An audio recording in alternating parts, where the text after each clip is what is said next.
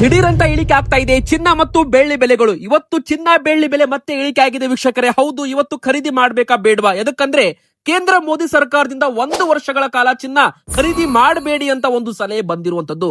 ಒಂದು ಕಡೆಗೆ ಬೆಲೆ ಇಳಿಕೆ ಆದ್ರೆ ಜನ ಬಿಡ್ತಾರ, ಜನ ಖರೀದಿ ಮಾಡಬಹುದು ಅಂತಾನು ಕೂಡ ಇಲ್ಲಿ ಹೇಳಬಹುದು. ವೀಕ್ಷಕರೇ, ಇವತ್ತು ನಾವು ನಿಮಗೆ ಈ ಒಂದು ವಿಡಿಯೋದಲ್ಲಿ ಬಂಗಾರ ಮತ್ತು ಬೆಳ್ಳಿ ಬೆಲೆ ಎಷ್ಟು ಇಳಿಕೆ ಆಗಿದೆ ಹಾಗೂ ಮುಂದಿನ ಬರೋ ದಿನಗಳಲ್ಲಿ ಬೆಲೆ ಏರಿಕೆ ಆಗುತ್ತೋ ಇಳಿಕೆ ಆಗುತ್ತೋ, ನೀವು ಒಂದು ಚಿನ್ನದ ಆಭರಣ ತಗೊಂಡ್ರೆ ಆ ಕ್ಷಣವೇ ನಿಮಗೆ 10 ರಿಂದ 15 ಸಾವಿರ ರೂಪಾಯಿ ನಷ್ಟ ಕೂಡ ಆಗಬಹುದು. ಅದು ಹೇಗೆ ಅಂತಾನು ಕೂಡ ತೋರಿಸ್ತೇವೆ.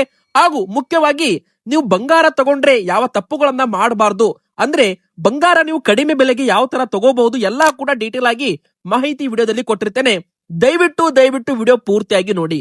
ಮತ್ತು ನಿಮಗೂ ಕೂಡ ಆಸೆ ಇದ್ರೆ ಬಂಗಾರದ ಬೆಲೆ 1 ಲಕ್ಷ ರೂಪಾಯಿ ಒಳಗಡೆ ಬರ್ಲಿ ಅಂತ ಆಸೆ ಇದ್ರೆ ಬೇಗನೆ ವಿಡಿಯೋಗೆ ಲೈಕ್ ಮಾಡಿ, ವಿಡಿಯೋಗೆ ಸಪೋರ್ಟ್ ಮಾಡಿ. ಹಾಗೂ ಪ್ರತಿಯೊಬ್ರು ಕೂಡ ನಾವು ಕೇಳೋ ಪ್ರಶ್ನೆಗೆ ಉತ್ತರವನ್ನ ಕಮೆಂಟ್ ಮೂಲಕ ಕೊಡಬಹುದು.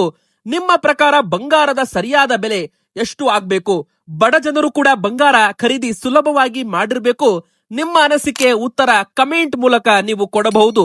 ತುಂಬಾ ಜನ ಲೈಕ್ ಮಾಡ್ತಾ ಇದ್ದೀರಾ, ಕಮೆಂಟ್ ಮಾಡ್ತಿದ್ದೀರಾ, ನಿಮಗೆಲ್ಲರಿಗೂ ಹೃದಯಪೂರ್ವಕ ಧನ್ಯವಾದಗಳು. ವೀಕ್ಷಕರೇ, ಮೊದಲಿಗೆ ಹೇಳ್ಬೇಕಂದ್ರೆ ಬೆಳ್ಳಿಯಿಂದ ಶುರು ಮಾಡೋಣ. ನೋಡಿ, ಬೆಳ್ಳಿ ಮತ್ತು ಬಂಗಾರ ಒಂದಕ್ಕೆ ಒಂದು ಸಪೋರ್ಟ್ ಮತ್ತು ಇಂಟರ್ ಲಿಂಕ್ ಇರುವಂತೆ ಕಾಣ್ತಾ ಇದೆ. ಯಾವಾಗ ಬೆಳ್ಳಿ ಬೆಲೆ ಇಳಿಕೆ ಆಗುತ್ತೆ ಅವಾಗ ಬಂಗಾರ ಬೆಲೆ ಕೂಡ ಇಳಿಕೆ ಆಗ್ತಾ ಇದೆ. ವೀಕ್ಷಕರೇ, ಈಗ ಮತ್ತೆ ಬೆಳ್ಳಿಯಲ್ಲಿ ಇಳಿಕೆ ಕಾಣ್ತಾ ಇದೆ ಅಂದ್ರೆ ಮುಂದಿನ ಬರೋ ದಿನಗಳಲ್ಲಿ ಬಂಗಾರ ಕೂಡ ಇಳಿಕೆ ಕಾಣಬಹುದು ಅಂತ ಒಂದು ಮುನ್ಸೂಚನೆ ಅಂತಾನೆ ಹೇಳ್ಬಹುದು. ಇಲ್ಲಿ ಎರಡನೇದಾಗಿ ಬೆಳ್ಳಿ ಕೇವಲ ಆಭರಣಕ್ಕೆ ಅಂತ ಬಳಕೆ ಮಾಡೋದಿಲ್ಲ. ಎದಕ್ಕಂದ್ರೆ ಬಂಗಾರ ಆಭರಣಕ್ಕೆ ಅಂತ ಮಾತ್ರ ಬಳಕೆ ಮಾಡ್ತಾರೆ, ಹೂಡಿಕೆಗಂತ ಬಳಕೆ ಮಾಡ್ತಾರೆ. ಆದ್ರೆ ಬೆಳ್ಳಿ ಏನಾಗಿದೆ ನೋಡಿ, ಈಗಿನ ಕಾಲದಲ್ಲಿ ಆಭರಣಕ್ಕೂ ಯೂಸ್ ಮಾಡ್ತಾರೆ, ಹೂಡಿಕೆಗಂತನೂ ಯೂಸ್ ಮಾಡ್ತಾರೆ ಮತ್ತು ಇಂಡಸ್ಟ್ರಿಯಲ್ ಮೆಟಲ್ ಆಗಿದೆ. ಅಂದ್ರೆ ಸೋಲಾರ್ ಪ್ಯಾನಲ್ಸ್ ಗಳಲ್ಲಿ, ಎಲೆಕ್ಟ್ರಿಕ್ ವೆಹಿಕಲ್ ಬ್ಯಾಟರಿಗಳಲ್ಲಿ ಎಲ್ಲದಕ್ಕೂ ಕೂಡ ಈಗ ಬೆಳ್ಳಿ ಮೆಟಲ್ಸ್ ಗಳನ್ನ ಯೂಸ್ ಮಾಡ್ತಾ ಇದ್ದಾರೆ. ಹೀಗಾಗಿ ಬೆಳ್ಳಿಗೆ ಭಾರಿ ಡಿಮ್ಯಾಂಡ್ ಬಂದಿರೋದ್ರಿಂದಲೇ ಬೆಳ್ಳಿ ಬೆಲೆ ಕೆಜಿಗೆ 1 ಲಕ್ಷ ರೂಪಾಯಿದ್ದು ಈಗ 2.5 ಲಕ್ಷ ದಾಟಿ 3 ಲಕ್ಷ ರೂಪಾಯಿ ಬಂದು ನಿಂತಿದೆ. ಅಂದ್ರೆ ಹೋದ ವರ್ಷ 1 ಲಕ್ಷ, 1.5 ಲಕ್ಷ, 2 ಲಕ್ಷ ರೂಪಾಯಿ ಇತ್ತು. ಆದ್ರೆ ಈ ಬಾರಿ ಬೆಳ್ಳಿ ಬೆಲೆ 4 ಲಕ್ಷ ರೂಪಾಯಿ ತನಕ ಹೋಗಿತ್ತು ಒಂದು ಕೆಜಿಗೆ. ಸಾರ್ವಕಾಲಿಕ ಇತಿಹಾಸ ಕೂಡ ಬರೆದಿತ್ತು ವೀಕ್ಷಕರೇ. ಆದ್ರೆ ಈಗ ಮತ್ತೆ ಇಳಿಕೆ ಆಗಿದೆ. ಸ್ಕ್ರೀನ್ ಮೇಲೆ ನೀವು ನೋಡ್ತಿರ್ಬೋದು, 1 ಕೆಜಿ ಬೆಳ್ಳಿ ಬೆಲೆ ಈಗ ಮತ್ತೆ 2,85,000 ರೂಪಾಯಿಗೆ ಬಂದಿದೆ. ಅಂದ್ರೆ 1 ಗ್ರಾಮ್ಗೆ 285 ರೂಪಾಯಿ, 10 ಗ್ರಾಮ್ಗೆ 2,850 ರೂಪಾಯಿ, 1000 ಗ್ರಾಮ್ಗೆ ಅಂದ್ರೆ 1 ಕೆಜಿ ಬೆಳ್ಳಿ ಬೆಲೆ 2,85,000 ರೂಪಾಯಿಗೆ ಬಂದಿದೆ. ಅಂದ್ರೆ ನೀವು ಲೆಕ್ಕ ಮಾಡಬಹುದು, ಹೋದ ವಾರ ಸರ್ಕಾರ 15% ಆಮದು ಸುಂಕ ಬಂಗಾರ ಮತ್ತು ಬೆಳ್ಳಿ ಎರಡದ್ರ ಮೇಲೂ ಕೂಡ ಏರಿಕೆ ಮಾಡಲಾಗಿತ್ತು. ಅವಾಗ ಇದ್ರದ್ದು ಬೆಲೆ 3,10,000 ರೂಪಾಯಿ ತನಕ ಹೋಗಿತ್ತು 1 ಕೆಜಿಗೆ. ಬಂಗಾರ 1,65,000 ರೂಪಾಯಿ ತನಕ ಹೋಗಿತ್ತು ಬಂಗಾರ 10 ಗ್ರಾಮ್ಗೆ. ಆದ್ರೆ ಈಗ ಬಂಗಾರ ಕೂಡ ಇಳಿಕೆ ಆಗಿದೆ, ಬೆಳ್ಳಿ ಕೂಡ ನೀವು ನೋಡಬಹುದು 30,000 ರೂಪಾಯಿ ಇಳಿಕೆ ಆಗಿ 2,85,000 ರೂಪಾಯಿ ಅಂತ ಟ್ರೇಡ್ ಆಗ್ತಾ ಇದೆ. ಈಗ ಬಂಗಾರದ ಬಗ್ಗೆ ಮಾತಾಡೋದಾದ್ರೆ ವೀಕ್ಷಕರು, ಇವತ್ತು ನಾವು ನಿಮಗೆ ಬಂಗಾರದ ಆಭರಣ ತಗೊಳ್ಳುವಾಗ ಜನ ಎಲ್ಲಿ ಮೋಸ ಹೋಗಬಹುದು, ಆ ತಪ್ಪು ಮಾಡಬಾರದು ಅಂತಾನು ಕೂಡ ನಾವು ಇಲ್ಲಿ ನಿಮಗೆ ಹೇಳಲಿದ್ದೇವೆ.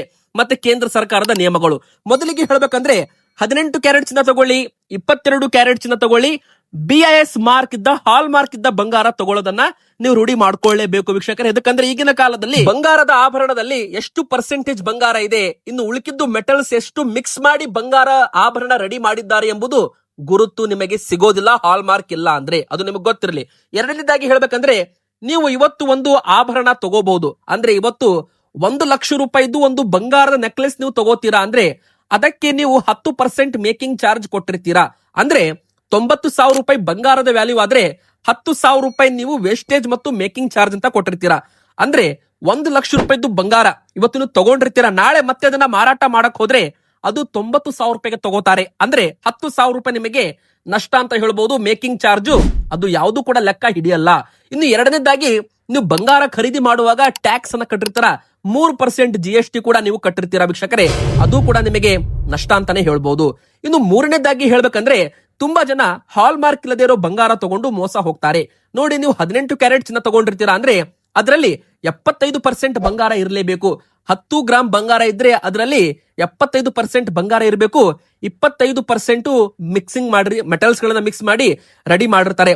ಆದ್ರೆ ಕೆಲವೊಂದು ಸಮಯದಲ್ಲಿ ನೀವು ಬಂಗಾರ ಮಾರಾಟ ಮಾಡಿ ಹಣ ತಗೋಬೇಕು ಅಂತ ಪ್ಲಾನ್ ಮಾಡಿರ್ತೀರಲ್ಲ, ಅವಾಗ ನೀವು ಮಾರಾಟ ಮಾಡ್ತಿರಲ್ಲ ಅದನ್ನ ಕರಗಿಸ್ತಾರೆ, ಮತ್ತೆ ಅದನ್ನ ಗಟ್ಟಿ ಬಂಗಾರ ಮಾಡ್ತಾರಲ್ಲ, ಅವಾಗ ಅದರಲ್ಲಿ 75% ಇರೋದಿಲ್ಲ, ಅದರಲ್ಲಿ 62%, 65% ಬಂಗಾರ ಇರುತ್ತೆ.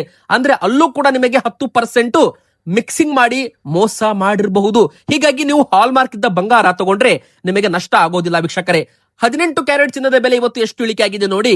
100 ಗ್ರಾಮ್ ಮೇಲೆ 3,300 ರೂಪಾಯಿ ಅಷ್ಟು ಇಳಿಕೆ ಆಗಿದೆ. 10 ಗ್ರಾಮ್ ಮೇಲೆ 330 ರೂಪಾಯಿ ಮತ್ತೆ ಇಳಿಕೆ ಆಗಿದೆ. ಕಳೆದ ಒಂದು ವಾರದಿಂದ 300, 500, 800 ಈ ತರ ಇಳಿಕೆ ಆಗ್ತಾನೆ ಬಂದಿದೆ. 1,19,290 ರೂಪಾಯಿ ಆಗಿದೆ. 10 ಗ್ರಾಮ್ 18 ಕ್ಯಾರೆಟ್ ಚಿನ್ನದ ಬೆಲೆ ಹತ್ತತ್ರ 1,20,000 ರೂಪಾಯಿ ಹತ್ತ ಬಂದಿದೆ. ಇದು ಮೊನ್ನೆ 1,15,000 ರೂಪಾಯಿ ತನಕ ಬಂದಿತ್ತು. ಎದಕ್ಕಪ್ಪ ಅಂದ್ರೆ ಬೆಲೆ ಇಳಿಕೆ ಆಗಿತ್ತು. ಆದ್ರೆ ಕೇಂದ್ರ ಸರ್ಕಾರ ಬಂಗಾರ ಖರೀದಿ ಮಾಡಬೇಡಿ, ಆಭರಣ ಖರೀದಿ ಮಾಡಬೇಡಿ ಅಂತ ಮೊದಲು ಮನವಿ ಮಾಡಿದ್ರು. ನಂತರ ಆಮದು ಸುಂಕ 15% ಏರಿಕೆ ಮಾಡಿರೋದ್ರಿಂದ 6% ಇದ್ದದ್ದು 9% ಮತ್ತೆ ಹೆಚ್ಚುವರಿ ಆಮದು ಸುಂಕ ಇಂಪೋರ್ಟ್ ಡ್ಯೂಟಿ ಹಾಕಿರೋದ್ರಿಂದ 15% ಆಗಿದೆ ಈಗ. ಅಂದ್ರೆ ಒಂದು ಬಂಗಾರ ನೀವು ತಗೋತೀರಪ್ಪ ಅಂದ್ರೆ 15% ಟ್ಯಾಕ್ಸ್ ಅನ್ನ ಕಟ್ಟಿ ತಗೋಬೇಕಾಗಿ ಬರಬಹುದು ಈಗಿನ ಕಾಲದಲ್ಲಿ. ಆದ್ರೆ ಒಂದು ಇಂಪಾರ್ಟೆಂಟ್ ಅಪ್ಡೇಟ್ ನಿಮಗೆಲ್ಲರಿಗೂ ಹೇಳಲೇಬೇಕು ವೀಕ್ಷಕರೇ. ನರೇಂದ್ರ ಮೋದಿಜಿ ಅವರು ಏನ್ ಹೇಳಿದ್ದಾರೆ, ಈ 1 ವರ್ಷಗಳ ಕಾಲ ಬಂಗಾರದ ಒಡವೆಗಳು ಆಭರಣಗಳನ್ನ ತಗೋಬೇಡಿ ಅಂತ ಒಂದು ಮನವಿ ಮಾಡಿರುವಂತದ್ದು.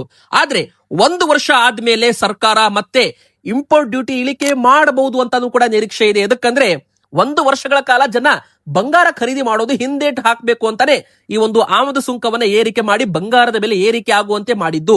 ಎದಕ್ಕಪ್ಪ ಅಂದ್ರೆ ನಾವು ಬಂಗಾರ ಖರೀದಿ ಮಾಡಿದ್ರೆ ಬಂಗಾರದ ಅಂಗಡಿಯವರು ನಮಗೆ ಬಂಗಾರ ಕೊಡ್ತಾರೆ. ಆದ್ರೆ ಆ ಬಂಗಾರದ ಅಂಗಡಿಯವರು ಹೋಲ್ಸೇಲರ್ಸ್ ಕಡೆಯಿಂದ ಬಂಗಾರ ತಗೋತಾರೆ.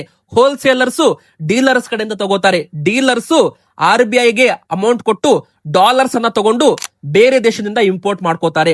ಅಂದ್ರೆ ಇಲ್ಲಿ ಬೇರೆ ದೇಶದಿಂದ ಭಾರತಕ್ಕೆ ಬಂಗಾರ ಬರುತ್ತೆ.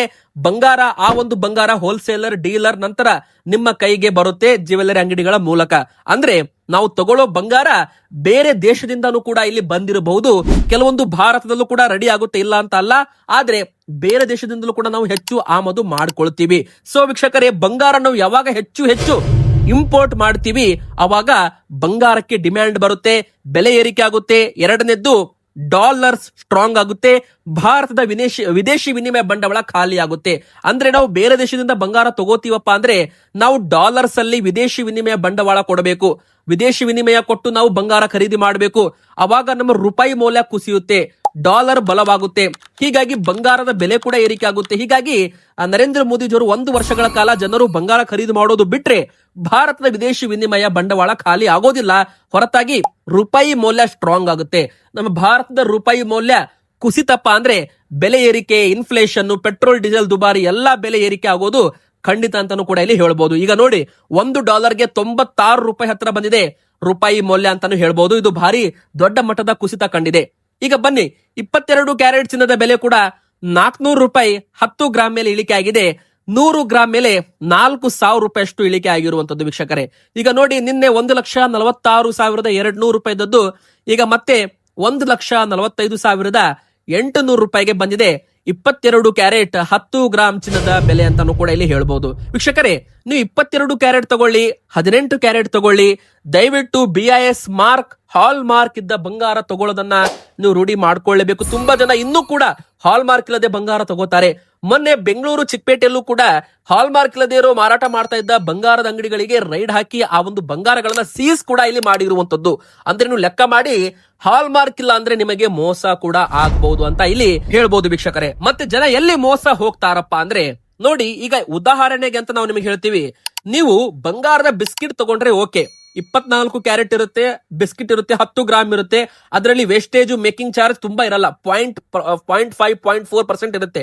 ಆದ್ರೆ ಯಾವಾಗ ನೀವು ಆಭರಣ ತಗೋತೀರಾ ಅಂದ್ರೆ ಬಳೆ ಆಗಿರ್ಬೋದು, ನೆಕ್ಲೆಸ್ ಆಗಿರ್ಬೋದು, ಚೈನಾ ಆಗಿರ್ಬೋದು, ಉಂಗುರ ಆಗಿರ್ಬೋದು, ನೀವು ಏನೇ ಒಂದು ಬಂಗಾರದ ಆಭರಣ ತಗೋತೀರಾ ಅಂದ್ರೆ ಅದ್ರದ್ದು ತೂಕ ಮಾಡಿಸ್ತಿರಲ್ಲ ನೋಡಿ. ಈಗ 1 ಗ್ರಾಮ್ ಬಂಗಾರ ಕೇವಲ 1 ಗ್ರಾಮ್ಗೆ 16,000 ರೂಪಾಯಿ ಅಂತ ಬಂದಿದೆ. ಈಗ ಬಂಗಾರದ ಬಳೆಗಳ ಮೇಲೆ ಸ್ಟೋನ್ಸ್ ಗಳನ್ನ ಹಾಕಿರ್ತಾರೆ, ಕೆಂಪು ಕಲರು, ಗ್ರೀನ್ ಕಲರು, ಈ ತರ ಇಮಿಟೇಷನ್ ಡೂಪ್ಲಿಕೇಟ್ ಸ್ಟೋನ್ಸ್ ಅಂತ ನಾವು ಕರಿತೀವಿ.